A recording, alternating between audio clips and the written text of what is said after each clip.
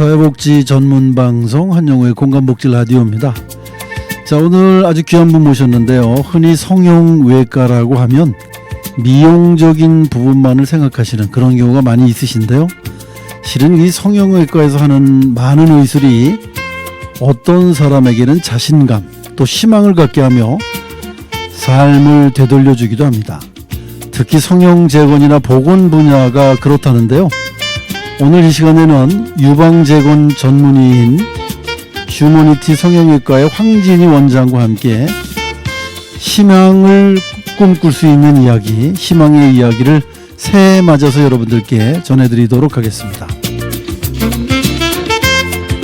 자, 오늘도 바쁘신 중에 자리를 해주셨습니다. 안녕하세요. 네, 안녕하세요. 반갑습니다. 네, 반갑습니다. 우선 본인의 소개를 좀 해주시죠.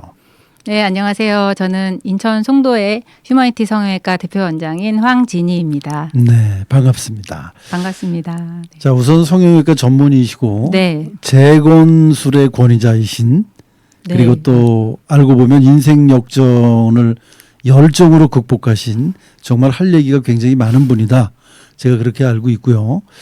또 성형외과가 우리나라에서는 정말 전 세계적으로 유명한 그런 뭐 어떤 분야 아닙니까? 네. 어떻습니까? 우리 그 말씀을 이제 쭉 해 주셔야 되지 않겠어요? 그 인생 열정 이야기 한 말씀 해 주시죠. 대한민국 성형외과라고 하면 지금 전 세계적으로 굉장히 유명하죠. 저희 병원만 해도 인천 송도에 있는데요. 네. 뭐 인터넷 구글로 보고 직접 인터넷으로 연락을 해서 외국에서 저희 병원만 해도 벌써 한 15개국 그래서 네, 환자들이 네. 직접 찾아오시거든요. 아, 그렇습니까? 네, 그래서 영어로도 막 하시고 카톡 같은 거 안 쓰시니까 메일로 보내셔가지고 뭐 호주, 뭐 사우디, 미국, 뭐 영국, 저 난생 처음 들어보는 아프리카 무슨 나라에서도 오시고 네, 네, 네. 되게 많은 나라에서 오시고요. 저 학회 가봐도 이번에도 가을에 학회 성형외과 학회가 열렸는데 저희 성형외과 전문의들만 모이는 학회가 있거든요. 네, 네. 그게 국제학회로 열려서 저희가 영어로 발표하고 영어로 이제 질문을 하는데 제가 거기 좌장으로 있었는데요.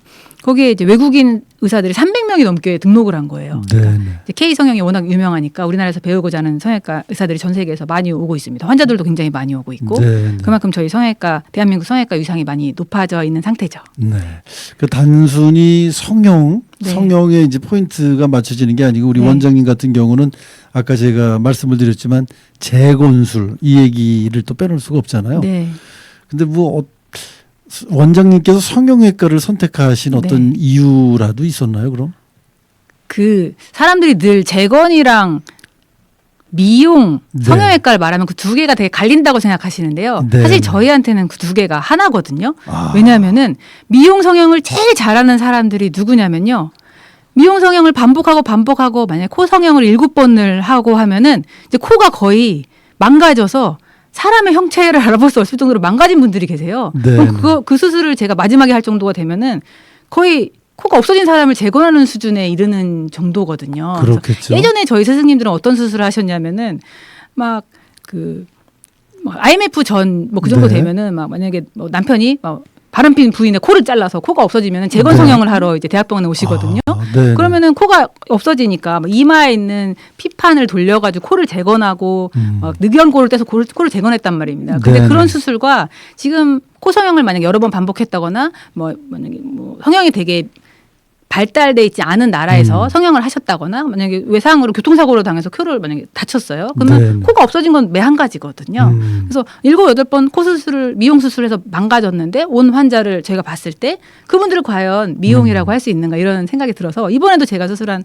환자가 재수술을 5번을 했고 저 병원 6번째 왔는데 네. 그런 환자의 수술 이제 7, 8시간 걸리거든요. 네. 근데 이럴 때는 재건의 기법도 다 들어가지만 그 환자가 원하는 최종의 목표는 예쁜 코지 있는 코가 아니거든요. 네. 그렇기 때문에 미용과 재건의 그런 간극이 없는 예쁜 코를 만드는 게 목적이기 때문에 저희 성형외과 의사한테는 재건을 잘하는 의사가 미용을 잘하는 의사고요. 미용을 잘해야 재건의 끝을 완성해 줄 수 있다고 저는 생각하거든요. 네. 그래서 제가 유방 재건을 되게 좋아하는 유방 재건하는 의사인데 유방 재건이라고 하는 거는 유방암으로 이제 환우들이 유방암 수술하고 나면은 갈비뼈가 다 보여요. 한쪽 가슴이 없어서 네, 갈비뼈의 네. 윤곽이 다 보인단 말입니다. 네, 네. 그 한쪽 가슴은 이제 뭐 작은 분도 있지만 큰 분도 있어요. 그래서 예, 예. 유방 축소 같은 수술을 하는 분이 있는데 갈비뼈가 한쪽은 다 보이고 한쪽은 너무 커서 그러면은 어깨도 되게 아프고 몸이 비대칭이 그렇겠네요. 오고 네. 그러니까 그거는 선천적인 건 아니지만 후천적으로 어쨌든 거의 장애에 가까운 불편함을 안고 계시거든요. 네네. 근데 몸이 그렇게 틀어지고 어깨가 아프고 목이 아픈 걸 떠나서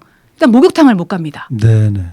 이게 겨울에 추운 겨울에 사우나도 못 가고 자녀분들이랑 워터파크도 못 가고 네네. 친구들이랑 뭐 환갑 때 뭐 동남아 여행도 못 가요. 그래서 그렇게 후천적으로 암이나 이런 것 때문에 어떤 신체 일부가 없어지는 그런 충격을 이제 받으시는데 네네.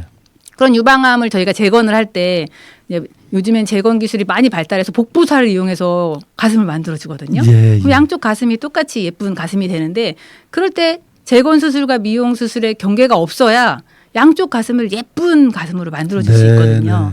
그래서 제가 대학병원 교수로도 오래 있었지만 대학병원에서 유방 재건을 할 때 저의 목표는 뱃살을 떼어서 가슴에 만들었을 때 제일 문제는 뱃살이 죽는 거예요. 그러면 힘들게 수술을 환자가 10시간 넘게 유방 재건이라는 수술을 했는데 예. 옮겨 붙인 뱃살이 죽는 거예요. 네. 그럼 너무 슬프잖아요. 그래서 그렇죠. 어떻게 하면 그걸 살릴 수 있을까 하는데 이제 그 단계를 뛰어넘으면요. 어떻게 하면 반대쪽 유방이랑 똑같이 만들까가 목표가 되는 거예요. 네네. 근데 그걸 또 뛰어넘으면요. 어떻게 하면 왜냐면 반대쪽 유방도 사실 나이가 들면 예쁘지 않거든요. 그렇죠. 그 다음 목표는 어떻게 하면 반대쪽 유방과 만드는 재건 유방까지도 둘 다 예쁜 유방을 만들까가 목표가 되는 거거든요. 네네. 그래서 제가 그 다음에 대학병원에서 그게 너무 괴로워서 미용을 하는 압구정 병원으로 뛰쳐나간 이유가 미용을 많이 해보지 않고서는 예쁜 재건 가슴을 만들 수가 없겠더라고요. 네네.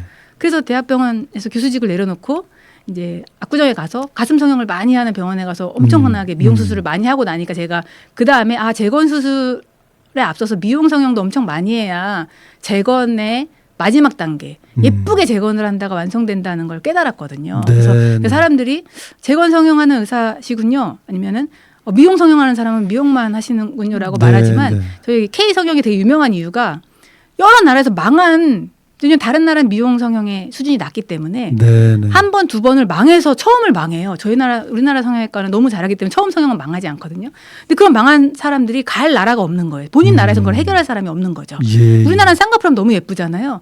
다른 나라에서는 쌍꺼풀이나 하얀검을 하면 눈이 뒤집어져요. 한 번을 하면. 그럼 그거를 우리나라 사람들은 재건을 해준단 말이죠. 예. 근데 그게 미용 성형을 너무 잘하는 선생님들이 그거를 재건을 해서 멋진 다시 정상인 눈으로 만들어주면서 예쁘게 만들어주는 거예요. 네네. 그렇다면 과연 미용 성형과 재건 성형의 경계가 있는가? 저는 그렇게 생각을 해요. 그래서 대한민국 성형외과 선생님이 잘하는 것은 우리가 성형외과 전문의로서 대학병원에서 재건 수술을 정말 열심히 배우거든요. 네네. 그리고 이 개원가에 나와서 미용 성형을 할 때 정말 경쟁이 너무 치열하잖아요. 네. 미용의 수준도 너무 높아요. 그리고 그렇게 합병증이 많은 환자들까지도 할 수 있을 정도로. 네. 그래서 그 두 개가 만났을 때 저는 정말 어려운 재건 환자들, 정말 어려운 기형 환자들, 암 환자들까지도 잘할 수 있는 수준에 이를 수 있다고 보거든요. 그래서 저는 제가 막 재건을 잘하는 의사다라는 게 결국은 미용도 정말 잘한다는 의사라는 말 같아서 정말 기분이 좋고 미용을 정말 잘한다는 선생님들을 볼 때 저 선생님은 정말 몇 번을 힘들게 망한 환자들도 정말 잘 보시는 선생님이라는 생각에 저런 사람이야말로 진짜 재건의 명이다라는 생각이 들어서 저는 그 두 개의 성형이 저희 성형외과가 영어로는 이제 플라스틱 앤 리컨스트럭티브 서저리라고 항상 두 개가 따라 붙는데 미용 재건 성형외과거든요. 그래서 다른 분들은 늘 이제 강남과 어떤 재건이 다르다 생각하시지만 제 마음속에는 늘 두 개의 끝은 같다고 생각하고 있습니다. 지금 이제 설명을 워낙에 자세히 해주셨기 때문에 제가 이해를 했습니다. 우리가 성형이라 하면 그저 미를 목적으로만 하는 그런 성형이라고 생각을 했지만 결국에는 재건의 가장 끝은 미용이다. 그런 말씀이신 거네요. 네, 아름답게 만들어주는 거에는 목표가 하나거든요. 그렇죠. 그러니까 이게 사고로 또는 뭐 어떤 불치의 병으로 인해서 신체 일부가 손상이 됐을 경우에 원상 재건을 하는데 재건에 끝나는 것이 아니라 미용, 아름다움까지 갖추는 그러한 목적을 갖고 임하신다. 그렇습니다. 그게 안 되면 성형외과 의사로서 너무 가슴 속상할 것 같아요. 그럼요. 네. 그러기 위해서 알겠습니다. 저희는 애쓰는 거거든요. 네. 그냥 성형외과라는 그런 이름 하나만 갖고 어떤 뭐 사치스럽다거나 또는 뭐 허용이 들었다거나 이쁘고자 하는 욕망이 들었다거나 이렇게 우리가 상상할 수 있거든요. 네. 다른 분들은 이 의료에 전혀 관심이 없는 분들은 그렇게 생각할 수 있으나 지금 우리 선생님의 말씀을 들어보면 결국에는 이 재건이라고 하는 것의 끝은 아름다움이고 아름다움은 성형이고 그리고 그거는 의술의 가장 집대성이다. 이런 말씀인 것 같아요. 네, 저는 그런 자세로 수술을 하고요. 설령 네. 이게 10대 중학생의 쌍꺼풀이라 하더라도 이 학생의 쌍꺼풀이 이 첫 수술이 성공을 해야 평생 이 학생이 이 쌍꺼풀에 대해서는 고민 안 하고 아름답고 자존감 있게 살아갈 수 있잖아요. 그렇죠. 왜냐면요.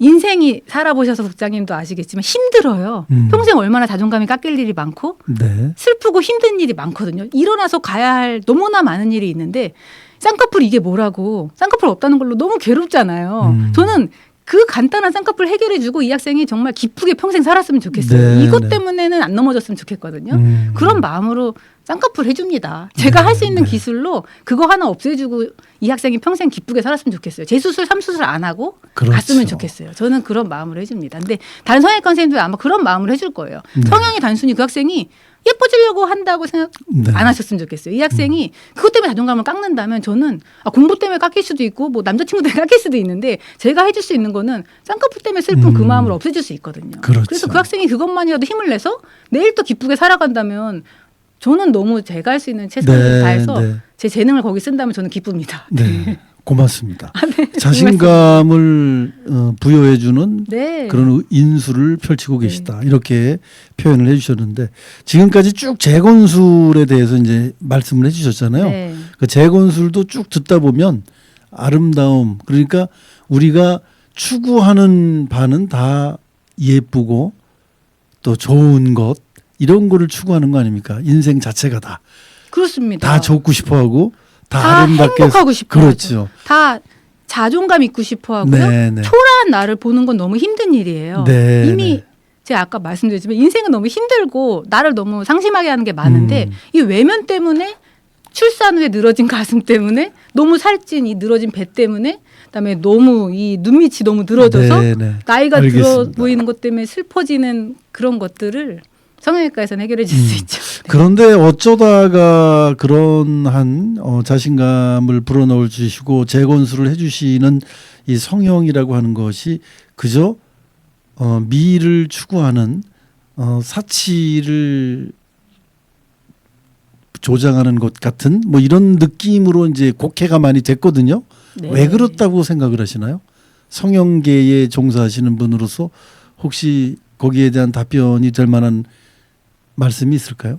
이게 사람들이 마음에 저는 가끔 끊임없이 성형을 하시는 분들이 있잖아요. 네. 끊임없이 명품을 사고 끊임없이 돈을 어딘가가 쏟아붓는 분들이 있는데 네, 네. 너무 마음이 공허해서 그러신 것 같아요. 네, 이게 네. 얼굴이 아무리 바뀌고 아무리 좋은 걸 사고 좋은 옷을 입어도 채워지지 네. 않는 그 무언가가 있잖아요. 그렇죠. 근데 그런 것에 하는 것처럼 병원을 쇼핑하고 의사를 쇼핑하고 눈을 바꿔보고 코를 바꿔보고 옷을 바꿔보고 명품을 입어도 사람의 마음은 참 채워지지가 않거든요. 네, 네. 그래서 참 우리 의사들이 뭐 이건 병은 아니지만 이런 가죽을 좀 바꿔준다고 그 사람이 참 채워지지가 않거든요. 네, 그래서 참 네. 저는 저희가 하는 일은 참 쉬운 일이라고 생각해요. 차라리 정신과 선생님이라든가 아니면 그 사람이 실제 자존감이 서고 차라리 몸이 아프거나 몸에 장애가 있어도 정말 마음이 튼튼하신 분들이 있거든요. 네. 그런 분들은 이런 데 돈을 쓰거나 시간을 쓰거나 에너지를 낭비하지 않으셔도 예, 인생이 예. 너무 찬란하고 아름다운 분들이 있어요. 그런 분들은 차라리 이런 의사들이나 이런 힘들이 필요 없거든요. 근데 오히려 마음이 너무 약하고 안쓰러운 분들이 있어요. 돈이 많으면 뭐합니까? 그런 분들은 네, 이런 데다 네. 돈과 시간과 수술하면서 그 모든 에너지와 힘을 다 쓰는 거예요. 저는 오히려 그런 분들이 너무 안쓰러워요. 네. 근데 그 마음을 참 누가 채워줄 수 있을까요? 선생님은- 저희는 해드릴 수가 없는데 저는 그 마음까지도 채워드리고 싶어요. 네, 그래서 알겠습니다. 이게 여기서 끝나셨으면 좋겠다. 그래서 네, 네. 더 이게 재수술, 3수술을 안 가게 해드리려고 제가 마지막 수술이 되게 해드리려고 저는 애써주는 게 제가 할 수 있는 최선인데 참 그 마음이 수술이나 옷이나 거죽이 아니라 다른 걸로 채워지셨으면 좋겠죠. 네, 네. 그 실력을 쌓기 위해서 아까 그 대학병원을 나오셔갖고 이름 있는 그 명의 밑에서 이제 수련을 하셨다고 했는데 그 직접 뭐 여러 분을 다 찾아다니시면서 수련을 쌓으셨나요? 네. 제가 원래는 학생 때부터 이렇게 하나 뭘 좋아하면은 그걸 계속 하는 스타일이거든요. 네. 그래서 이렇게 뭐 싫어하지만 억지로 해야 되는 걸 하는 스타일이 아니고요. 좋아하면은 거기에 꽂혀서 막 사는 네, 네. 학생 때부터 좋아하는 것만 하는 스타일이었는데 제가 성형외과를 이제 고른 이유도 제가 원래 어렸을 때 손재주가 좋고 만드는 거를 되게 좋아하는 사람이었어요. 예, 예. 그래서 이제 이제 의과대학에 딱 갔는데 이제 공부하는 게 있죠. 내과도 있고 이제 이런데 약을 주고 기다리는 건 저는 못 하겠더라고요. 근데 외과 수업을 듣는데 막 이렇게 만들고 오리고 막 이제 이렇게 하는 거예요. 사람 몸을 가지고 하는 거지만 너무 재밌어서 보여서 나는 어차피 하면은 외과 계열을 하겠구나. 수업을 열심히 듣고 있었는데 다 이제 수업들이 듣는데 좀 별로 이렇게 와닿진 않았어요. 왜냐면은 다 장기를 떼서 버리잖아요. 그래서 이제 위암이 걸리면 위를 떼서 버리고 이제 자궁을 떼서 버리고 이제 다 버린단 말이에요. 그래서 그렇게 버리는 수술은 참 재미가 없다 생각했는데 성형외과를 갔는데 이제 귀가 없이 태어난 소위증 아기들이 있어요. 근데 갈비를 떼다가 귀를 만들어 주는 거예요. 그래서 장애를 입고 태어났지만 멀쩡한 사람처럼 살아가게 만드는 수술이 있는 거죠. 제가 그걸 보고 눈이 번쩍 뜨인 거예요. 나에게 손재주가 있다면 난 저런 데다 내 재능을 쓰고 싶다. 다음 성형외과 시간이 됐는데 유방암 아까 말씀드렸지만 갈비뼈가 다 보이는데 복부에 그 많은 살을 떼다가 가슴을 동그랗게 만들어주는 거예요. 그래서 아 내가 의사가 된다면 목을 떼다 버리는 의사가 아니라 저렇게 뭔가 만들어서 새로 만들어주는 수술을 하는 성형외과 의사가 돼야겠다고 전 성형외과에 지원을 했거든요. 그러니까 지원의 동기가 좀 독특하시네요. 다른 분에 비해서는. 만드는 과는 성형외과밖에 없는 거예요. 다 버리는 외과지. 이렇게 만들어내고 생산해내는 과는 성형외과밖에 없어서 그런 데다 저의 재능을 좀 쓰고 싶어서 성형외과 갔는데 성형외과 갔더니 저는 대학병원에서 있을 땐 사실 재건 수술밖에는 안 하죠. 대학병원에 쌍꺼풀하거나 미용을 하러 가는 사람은 없잖아요. 그렇죠. 안면거상을 한다던가 이렇게 가는 사람은 없어서 대학병원에서는 주로 재건 수술을 많이 받는데 그러다 보니까 재건 수술을 잘하고 이제 손가락 접합을 잘하고 막 이런 것들이 되게 우상같이 저는 보였어요. 유방 재건을 뱃살 떠다 갖다 붙여 너무 예쁘게 잘하고 이런 게 너무 잘하는 게 멋있어 보여가지고 손가락 접합을 제일 잘하는 병원에 막 쫓아가서 배우고 또 그 당시에는 미세 수술을 정말 잘하는 사람이 전 세계에 3명이 있었는데 동경대에 있는 분이 막 머리카락보다 더 얇은 그런 실로 전 세계에서 제일 얇은 림프를 잇는 기술을 성공한 박사님이 계셨어요. 제가 동경대까지 쫓아가서 그걸 배우려고 연수를 했었고 또 우리나라에서 제일 선진 기술을 배운 교수님이 있다 해서 그 병원에 가서 또 배우고 이러면서 막 온갖 때를 저의 젊음을 막 다 불태우면서 따라하면서 배웠는데 아까 말씀드렸다시피 대학병원에서는 이제 그런 재건을 더 잘하기 위해서 이제 이 병원 저 병원 다니면서 배웠다면은 제가 그 재건의 끝에서 느낀 것은 아 역시 성형외과는 미용적인 안목과 미용적인 기술이 여기에 한 스쿱 더 얹어져야 완성이 되는구나 깨달아서 결국에는 이제 대학병원에서 나올 땐 남들이 다 왜 대학병원 교수직을 놓고 개인 병원에 왜 가냐고 할 정도로 저한테 의아했지만 미용의 분야에 대한 이 아쉬움 해결이 안 되면 나는 성형외과 의사로서 만족이 안 돼서 나올 수밖에 없는데 개업과 갔더니 또 계속 미용 수술만 하는 거예요. 그래서 제가 대학병원에서 쌍꺼풀 수술을 전공이 한 2-3개밖에 못 봤거든요. 교수님이 조카들 쌍꺼풀 해주는 것밖에 못 봤는데 제가 이제 성형외과 전문의가 되면서 그 성형외과인데 쌍꺼풀은 할 줄 알아야 되잖아요. 그래서 강남에서 쌍꺼풀을 제일 많이 하는 선생님한테 찾아갔어요. 전공이 끝날 때. 제가 성형외과 전공의를 4년을 했는데 쌍꺼풀 2개밖에 못 봤습니다. 저 쌍꺼풀 좀 보고 싶습니다. 했더니 저를 열심히 하는 학생이라고 봐주시고 이제 있을 기회를 주셨는데 첫날 제가 10몇 개를 봤어요. 쌍꺼풀. 그 정도로 이제 대학과 개원과의 간극은 너무 크더라고요. 그래서 제가 쌍꺼풀을 그렇게 많이 보는 정도였으니까 가슴 수술도 재건 수술을 여기서는 대학에서 엄청 많이 봤지만 미용 수술은 많이 못 봤는데 강남에 이제 가슴 미용 수술하는 데 보니까 하루에도 몇 개씩 가슴 미용 수술만 하는 거예요. 그래서 그 간극을 줄이기 위해서 제가 양쪽을 왔다 갔다 하면서 저는 이제 월급이나 뭐 그런 거 저의 어떤 명예나 경력보다는 제가 그 기술을 쌓지 않고는 환자들한테 그거를 좀 수술을 하기 너무 미안했어요. 제 눈은 이미 학회나 이런 데서 너무 높은 고급 기술들을 다 받고 저렇게 우리 선생님들이 잘하는 K성형의 레벨을 받는데 내가 내 손으로 환자들한테는 그것도 안 되는 기술을 해주는 것이 너무 미안해서 막 너무 열심히 여기저기 쫓아다녔던 것 같아요. 대단하신 열정이네요. 원래 그렇게 도전적이고 뭐 열정적이고 그러셨던 것 같아요. 대학 다니던 시절부터. 그런데 이런 원장님이 늘 열정이 넘치고 용감했던 것만은 아니었다고요. 우울함에 빠졌던 시기도 있으셨다고. 사고가 있었고 아픔이 있었다고 들었습니다. 이제 그 좀 사고의 얘기는 어떻게 하시기가 좀 그런가요? 말씀해 주시죠. 그렇지 않습니다. 제가 그래서 막 열심히 막 그걸 다 배우고 막 의사로서 막 기술을 쌓기 위해서 30대에 전문의를 이제 20대 후반에 전문의를 따고 성형외과 전문의를 따고 기술을 쌓기 위해서 막 대학가 개업가를 막 뛰어다니면서 막 열심히 배웠거든요.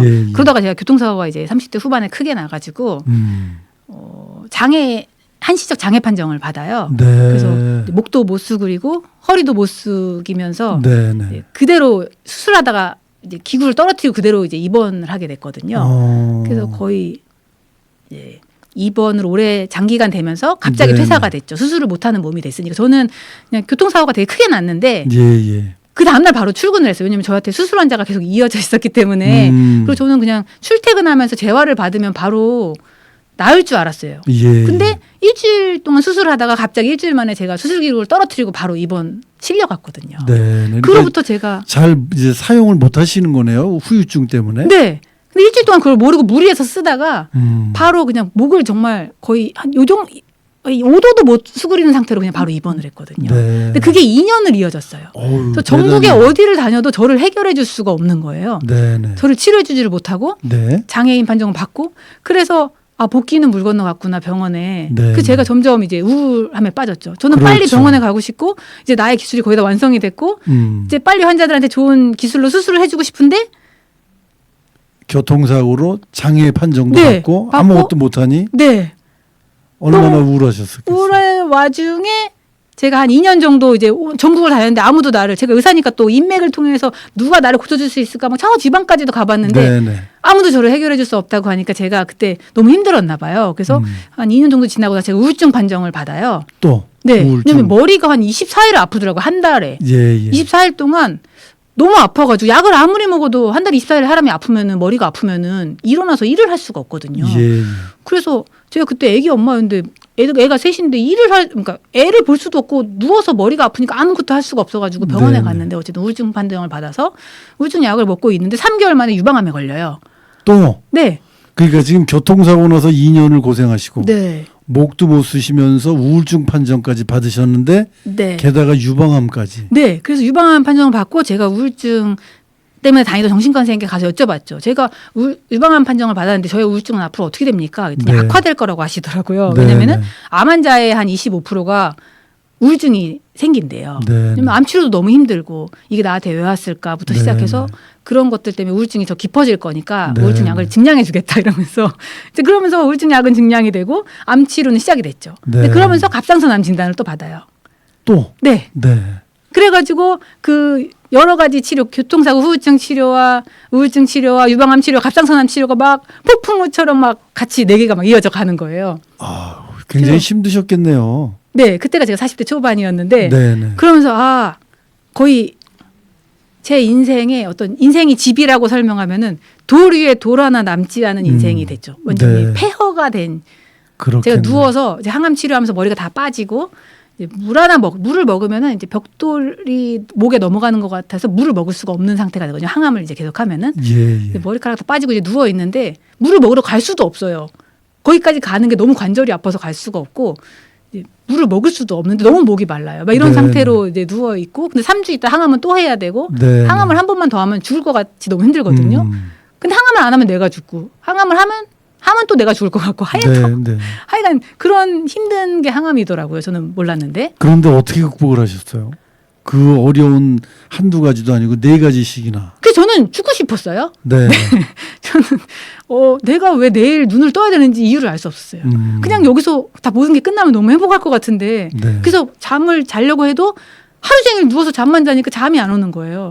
밤에 계속 우울증 되시는 뭐 온갖 생각이 다 들고 여기서 모든 게 끝나면 너무 좋겠는데 출근은 안 보이고 네. 나갈 방법이 없고 근데 오늘 남편이 그러더라고요. 또 저기 애가 셋이었거든요. 유치원 다니는 애가. 네. 또 애들이랑 나를 버리고 갈 생각하면 안 돼. 라고 하는데 저걸 어떻게 알았지? 이런 생각이 들 정도로 예. 저는 남들이 뭘 모르는 줄 알았어요. 근데 제가 이미 다 모든 걸 다 내려놓고 저는 뭐 의사도 다 생각도 안 했고 그냥 저는 빨리 그냥 갔으면 좋겠다. 이 생각밖에는 정말 너무 힘들어서 내일 눈 뜨는 게 고통이 너무 심하니까. 근데 내일 너무 눈을 안 뜨면 너무 소원이 없겠는 거예요. 그런 생각으로 하루하루를 지냈었거든요.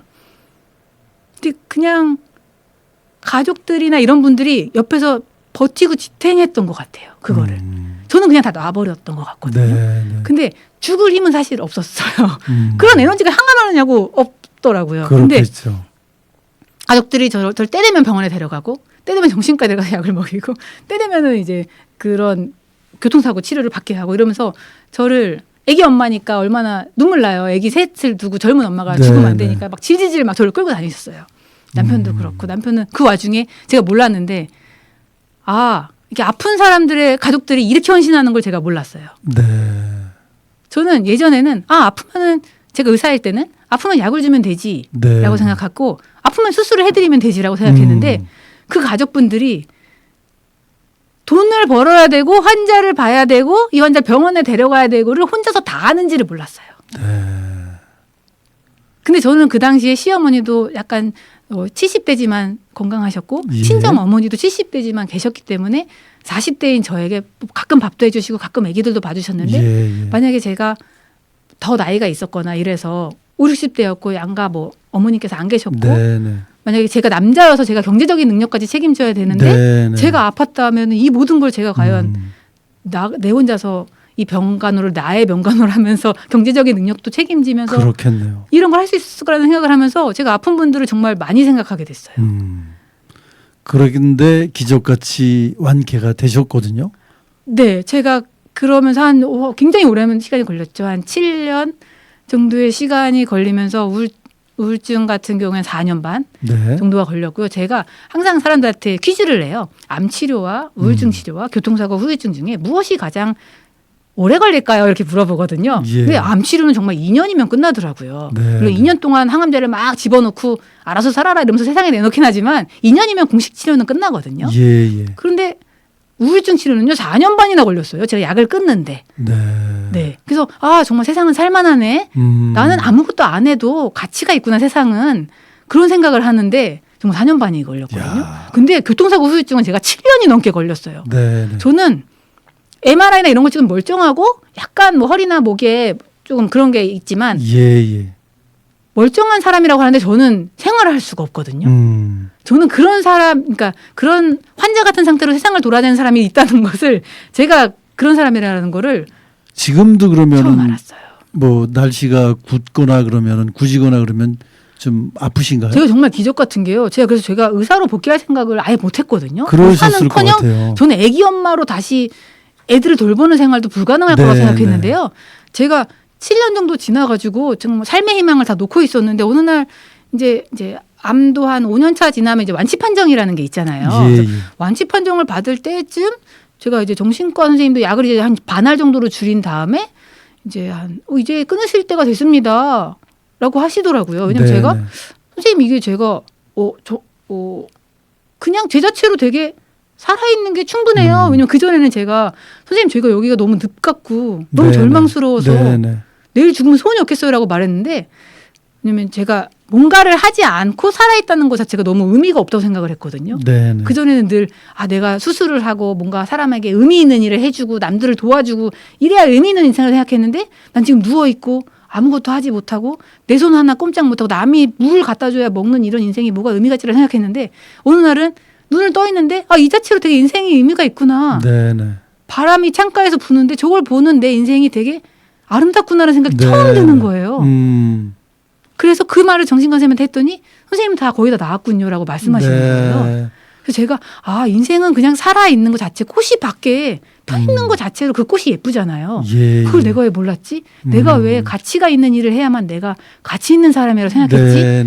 라는 걸 제가 처음 알게 되면서 내가 살아서 숨 쉬는 것만으로 이 세계에 의미가 있고 인생이 의미가 있다는 걸 처음 깨닫고 너는 더 이상 이 살 안 해도 된다. 나는 그냥 살아있는 것 애들한테 그냥 엄마로서 존재하는 것 내가 좋은 엄마가 되지 않아도 그냥 살아있는 엄마로서도 내가 충분히 의미가 있다는 걸 깨달았거든요. 그래서 의사를 안 해도 좋다고 생각했는데 어느 날 그냥 문이 열리고 저희 애가 갑자기 제가 그냥 병원 일을 하게 됐어요. 저희 애가 어느 날 얼굴이 찢어지는 사고를 당하게 돼요.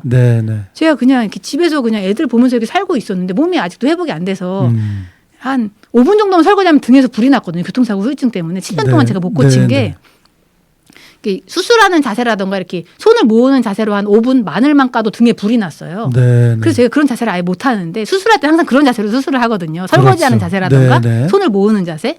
그런데 어느 날 저희 유치원 다니는 딸이 3cm가 얼굴이 찢어지는 사고를 당해요. 근데 제 성형외과 의사인데 남한테 맡길 수가 없잖아요. 그렇죠. 그래서 제가 그 얼굴을 꼬매게 돼요.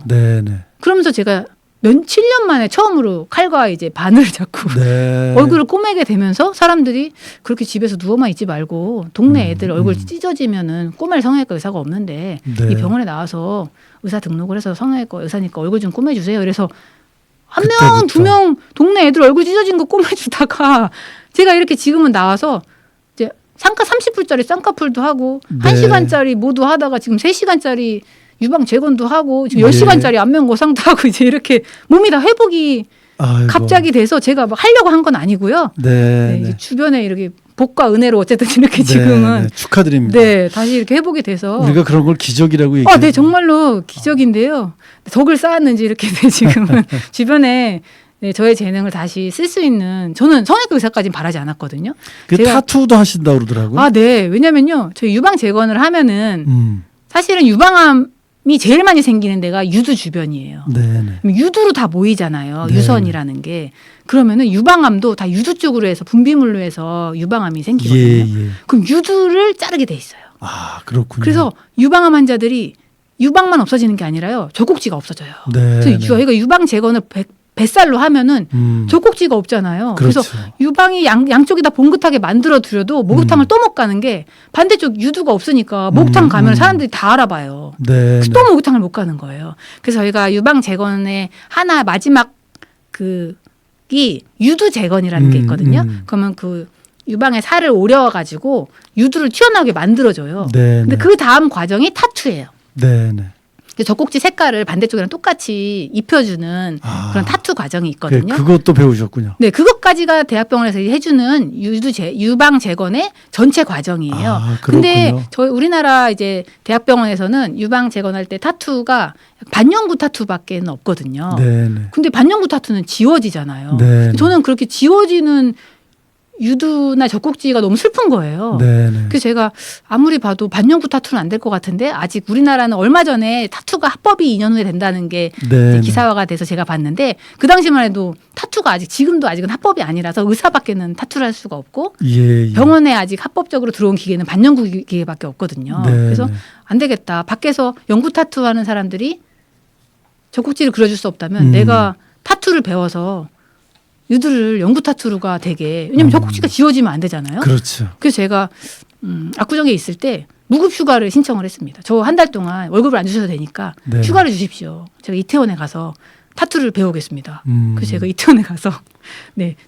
영구 타투 기계로 타투하는 거를 배웠죠. 네, 처음에 갔을 네. 때는 저를 되게 경계하셨죠. 왜냐하면 의사 때문에 타투가 합법이 안 되는데 음. 의사가 타투를 배우겠다고 오니까 되게 경계하고 되게 안 가르쳐 주시려고 했는데 제가 설명을 드렸죠. 저는 유두만 잘 그리면 됩니다. 네, 네. 우리 환자들이 유두가 없어서 젖꼭지가 없는 채로 살아야 되는데 평생 안 지워지게 해드리고 싶은데 지금 반영구 기계밖에 없어서 네, 네. 안 되는데 제가 타투로 그림같이 실제같이 해드리고 싶습니다 해서 그걸 막 배워서 지금은 뭐 제가 타투 기계로 고양이도 그리고 개도 그리고 네, 사람도 잘 그리거든요. 그래서 네, 뭐 젖꼭지 네. 같은 거는 이제 영구 기계로 잘 그려드릴 수 있는데 알겠습니다. 네.